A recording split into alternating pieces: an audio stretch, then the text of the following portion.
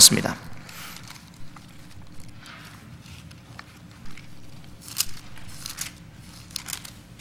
마태복음 18장 21절로 35절 말씀.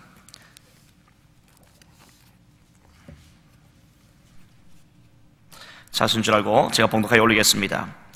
그때에 베드로가 나와 이르되 주여, 형제가 내게 죄를 범하면 몇 번이나 용서하여 주리이까?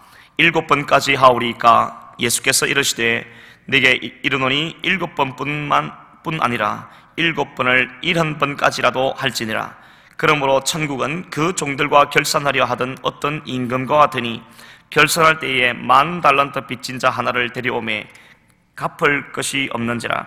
주인이 명하여 그 몸과 아내와 자식들과 모든 소유를 다 팔아 갚게 하라 하니 그 종이 엎드려 절하며 이르되 내게 참으소서, 다 갚으리이다 하거늘 그 종의 주인이 불쌍히 여겨 놓아 보내며 그 빚을 탕감하여 주었더니 그 종이 나가서 자기에게 100데나리온 빚진 동료 한 사람을 만나 붙들어 목을 잡고 이르되 빚을 갚으라 하매 그 동료가 엎드려 간구하여 이르되 나에게 참아 주소서, 갚으리이다 하되 허락하지 아니하고 이에 가서 그가 빚을 갚도록 오게 가두거늘 그 동료들이 그것을 보고 몹시 딱하게 여겨 주인에게 가서 그 일을 다 알리니 이에 주인이 그를 불러다가 말하되 악한 종아, 내가 빌기에 내가 네 빚을 전부 탕감하여 주었거늘 내가 너를 불쌍히 여김과 같이 너도 내 동료를 불쌍히 여김이 마땅하지 아니하냐 하고 주인이 노하여 그 빚을 다 갚도록 그를 옥졸에게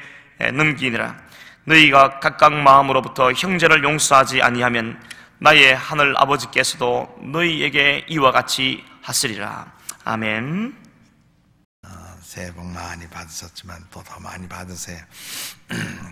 힘드시죠? 어제 밤늦게까지들 기도하시고 돌아가셔서 또 이른 아침부터 나와서 준비하시고 예배를 드리기 위해 정성을 다하시는 여러분들, 하나님이 함께 하시는 복이 있게 되기를 바랍니다.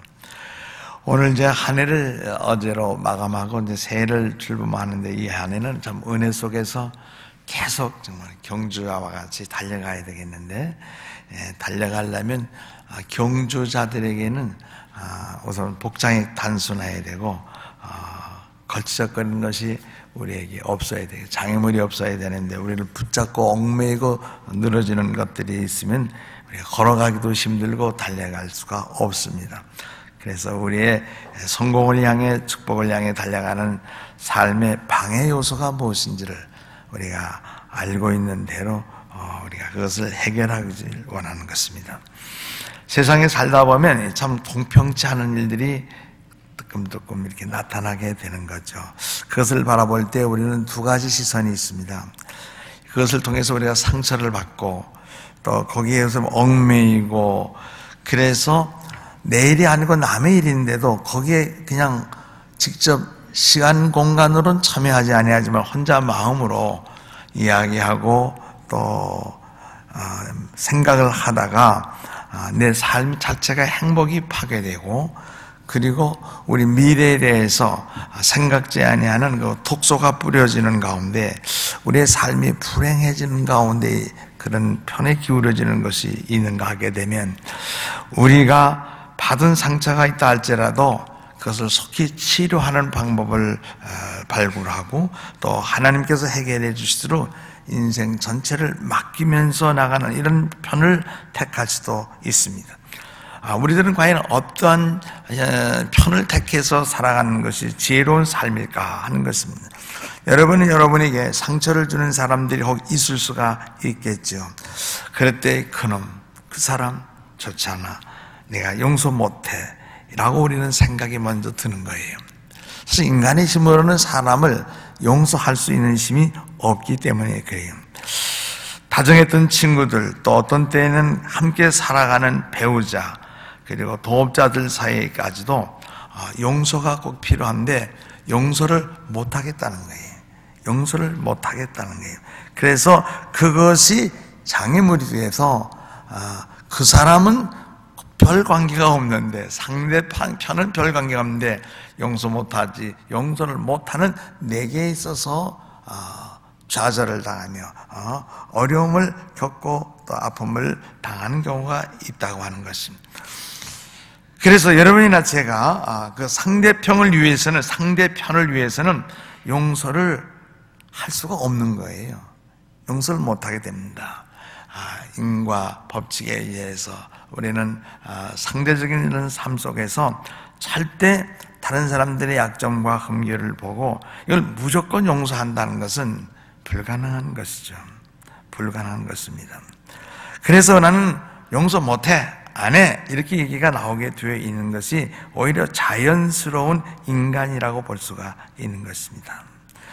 사실 우리가 남을 위해서는 용서가 안 되는데 용서를 할 수 있다고 하는 것은 하나님의 가르침과 명령 하에서 내 자신을 위해서 용서하게 되는 겁니다. 내 자신을 위해서 용서하게 되는 것이죠. 우리가 다른 사람들을 용서할 때 우리에게 상처 주는 그들의 힘이 없어지게 됩니다. 우리를 계속 바다하고 괴롭히는 사람이 혹시 있을 수가 있습니다. 그러나 그걸 용서해 주면은 그 우리를 괴롭히는 힘이 그냥 무가 되어버리는 거예요. 없어지고 효력이 상실되어진다, 그런 것이죠. 그건 경험해보지 않은 사람은 모르고 영적인 체험을 이해하지 못하는 사람은 잘 알 수가 없는 것입니다.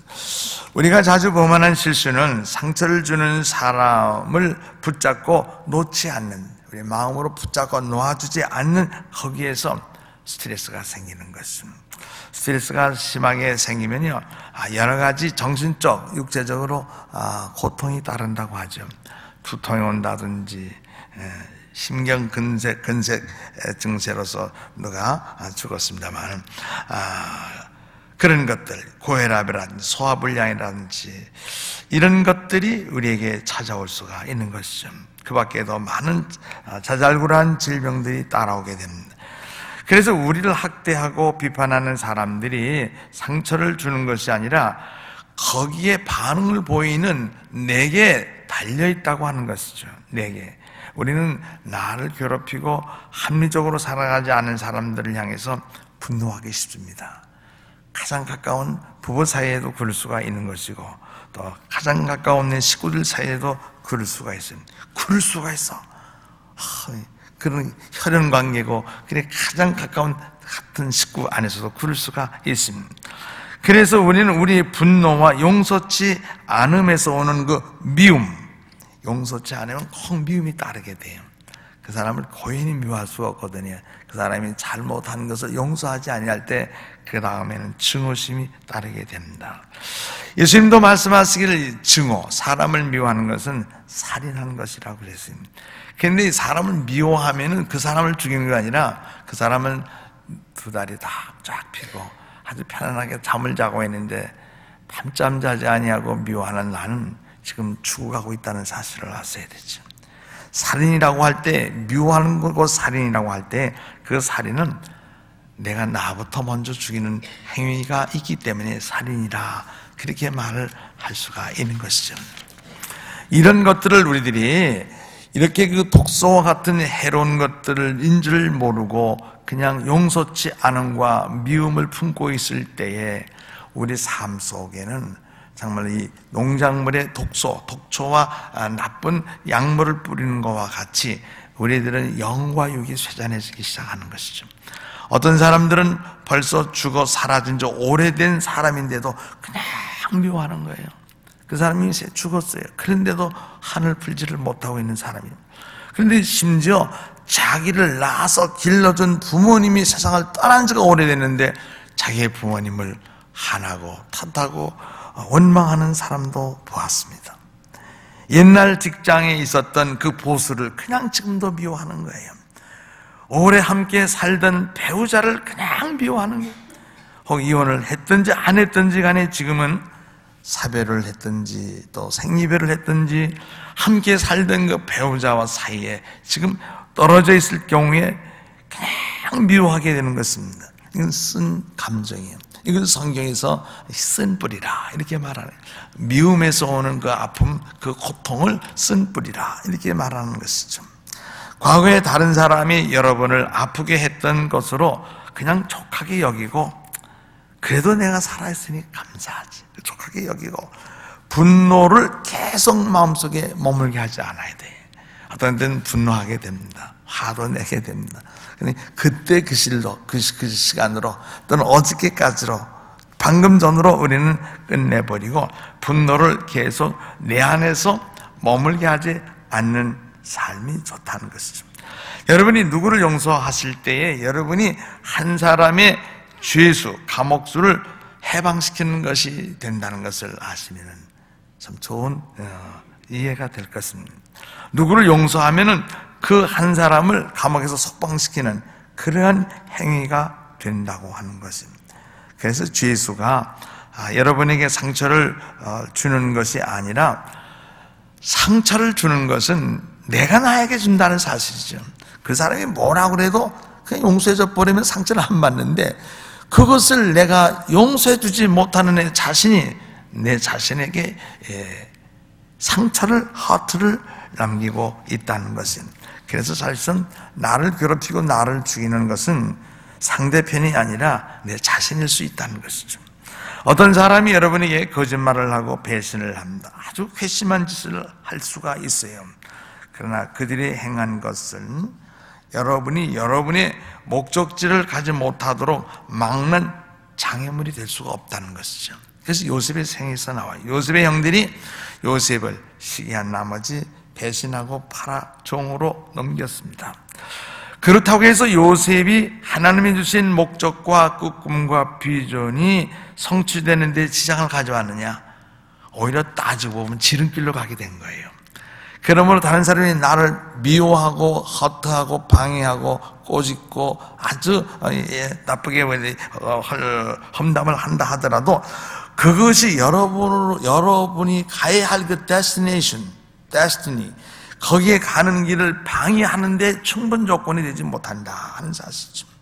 요셉은 형들을 향해서 궁덩이에 웅덩이에 빠져 있을 때 얼마든지 하늘 품을 수가 있어요. 미워할 수 있었을 겁니다. 이놈의 형제들 봐라 할 수도 있었어요. 자존심을 가질 수 있었습니다. 그렇더라면 사실 형제들과의 관계는 영구히 깨어졌을 것이고 말았을 것입니다. 그러나 요셉은 장차 그가 받을 보상을 보고 있었어요. 하나님이 보여주신 꿈에 대한 성취가 그에게 보상이었는데 그 앞으로 다가올 그 보상을 바라다 보면서 지금 형들이 자기에게 못쓸 짓을 했는데도 그것을 못쓸 짓으로 따지고 이야기하려 하지 아니하고 그냥 없는 것 같이 덮어두었어요. 사람이니까 마음이 안 아프겠습니까? 상처가 있다면 있는 거죠. 그러나 말하지 않기로 한 것은, 그리고 그는 자기의 갈 길을 간 거예요. 앞으로 나갔다 그 말입니다. 요셉이 갖고 있던 그 미래의 비전은 너무나 큰 것이었기 때문에 형제들이 미워하고 팔아넘긴 그 행위로 요셉의 꿈을 소멸시킬 수가 없었던 것을 이 요셉은 알았다는 사실이에요. 그래서 여러분들이 누가 나를 미워하고 대적하게 되면 여러분 그 사람을 위해서는 용서를 못하는 겁니다. 하나님이 주신 계시와 비전이 너무 크고 위대하기 때문에 이걸 간수하고 여기에 대한 성취 후의 보상을 바라다 보면서 우리는 이것을 견뎌나갈 수가 있습니다. 그래서 요셉은 자기의 꿈을 이루기 위해서 형들의 실수를 용서한 것이라는 것입니다. 내 꿈을 성취시키기 위해서 형들을 용서한 것이지 형들을 위해서 용서한 것이 아니었다. 그 결과적으로는 요셉이 잘됨으로 형제들과 부모들을 돕는 일이 있었던 것입니다. 요셉은 엄밀히 말해서 형들을 위해서 용서한 것이 아니라는 것입니다. 자기 꿈의 성취를 바라봤기 때문에 용서할 수가 있었다는 것입니다. 그래서 식구들이나 형제들이나 우리 성도 간의 모든 얽히고 설키는 문제도 이거 그 사람을 위해서 용서할 수 있다면 대단한 사람이지만 그러나 그렇게 안 될 때 내 자신을 위해서 용서하는 것입니다. 여러분이 완성해야 할 목적이 있습니다. 성취시켜야 할 여러분의 즐거운 삶을 가지고 있는 분들이 여러분들은 놀라운 하나님의 비전을 가진 하나님의 자녀들입니다. 여러분이